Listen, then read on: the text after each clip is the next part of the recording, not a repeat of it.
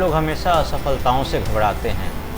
हम किसी जॉब के इंटरव्यू में गए, रिजेक्शन मिला, हम दुखी हो जाते हैं। किसी एक तरफा प्यार में हमें रिजेक्शन मिला, हम डिप्रेशन में आ जाते हैं। लेकिन मैं आज आपको एक ऐसे इंसान की कहानी सुनाने जा रहा हूँ जिसने 5 साल की उम्र में अपने पिता को खोया और 1009 बार उसके एक प्रोजेक्ट को रिजेक्शन मिला, फिर भी उन्होंने हिम्मत नहीं हारी। नमस्कार, मेरा नाम अमित कुमार है। मैं एक स्टार्टअप मेंटर हूँ, साथ ही मैं इजी स्टार्टअप का फाउंडर भी हूँ। आज मैं बात कर रहा हूँ KFC के founder colonel Harland David Sanders की। सैंडर्स का जन्म एक गरीब परिवार में हुआ था और 5 साल की उम्र में उनके पिता का देहांत हो गया। वे 3 भाई बहनों में सबसे बड़े थे और उनकी माँ को इन तीनों बच्चों को घर में छोड़कर एक फैक्ट्री में काम करने जाना पड़ा। उस वक्त चूँकि ये सबसे बड़े थे, तीनों भाई बहनों में सबसे बड़े यही थे, तो इस वजह से इनको अपने दोनों भाई बहनों की देखभाल करनी पड़ी। 7 साल की उम्र तक आते आते इन्होंने खाना बनाना सीख लिया। जब ये 12 साल के हुए तब इनकी माँ ने दूसरी शादी कर ली, लेकिन इनके स्टेप फादर को ये बिल्कुल भी पसंद नहीं थे। इस वजह से इनको अपनी माँ को छोड़कर अपनी आंटी के घर रहने जाना पड़ा। 16 की उम्र में हरलैंड ने स्कूल छोड़कर आर्मी ज्वाइन कर ली, लेकिन कम उम्र होने की वजह से इन्होंने अपनी उम्र छुपाई और जल्द ही आर्मी वालों को पता चल गया और उन्होंने इन्हें नौकरी से निकाल दिया। 17 साल की उम्र तक हरलैंड को 4 नौकरियां छोड़नी पड़ी। 18 साल की उम्र में इन्होंने शादी की और 1 साल बाद ही उन्हें एक बेटी हुई। लेकिन उसके 1 साल बाद ही इनकी पत्नी ने इनकी बेटी के साथ इनको छोड़ दिया। इस प्रकार हरलैंड ने अपने जीवन काल में कई सारे काम किए। कभी इन्होंने पेट्रोल पंप पे काम किया, कभी क्रेडिट कार्ड बेचने का काम किया, तो कभी इंश्योरेंस बेचने का काम किया। और जब 65 की उम्र में ये रिटायर्ड हुए तो सरकार ने इनको एक $105 का चेक दिया। उस चेक को मिलने से इनको ऐसा लगा कि शायद वो नकारा हैं, इस वजह से सरकार ने उनको चेक दिया है। वे बहुत उदास हो गए और उन्होंने सुसाइड करने का सोचा। सुसाइड करने से पहले वो एक पेड़ के नीचे बैठकर अपना विल लिखने लगे और विल लिखते लिखते इन्होंने कुछ और ही लिख डाला। इन्होंने अपने जीवन की सारी सफलताएं और असफलताएं लिख डाली।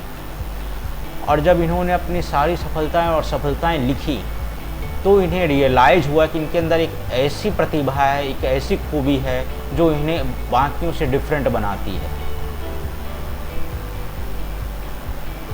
और वो प्रतिभा थी, ये बहुत अच्छे कुक थे। अब हरलैंड ने वो जो चेक इन्हें मिला था सरकार की तरफ से, उसे गिरवी रखकर $85 का उधार लिया और उससे कुछ चिकन खरीदे और घर घर जा कर के अपना फ्राइड चिकन बेचा।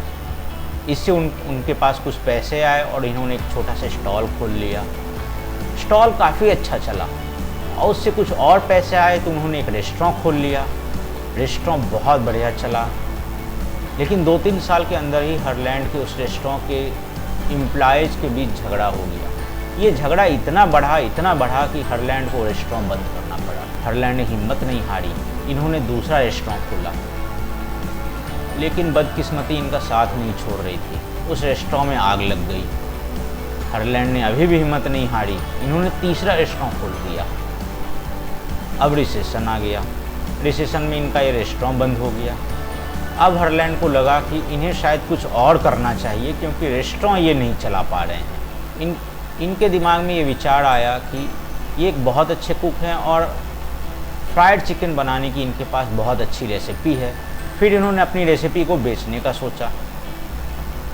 उसके लिए ये अलग अलग रेस्टोरेंट के मालिक से मिलने लगे और उन्हें अपनी रेसिपी बेचने की कोशिश करने लगे। अब क्योंकि रेस्टोरेंट के मालिक दिन में बिजी हो जाते थे कस्टमर्स के साथ, तो ये रेस्टोरेंट के सामने ही रात में सो जाते थे और सुबह सुबह जैसे ही रेस्टोरेंट खुलता था, रेस्टोरेंट के मालिक से मिलने चले जाते थे और वहाँ उन्हें अपने फ्राइड चिकन की रेसिपी के बारे में बताते कि वो बहुत अच्छी फ्राइड चिकन बनाते हैं, उन्हें ये ट्राई करना चाहिए।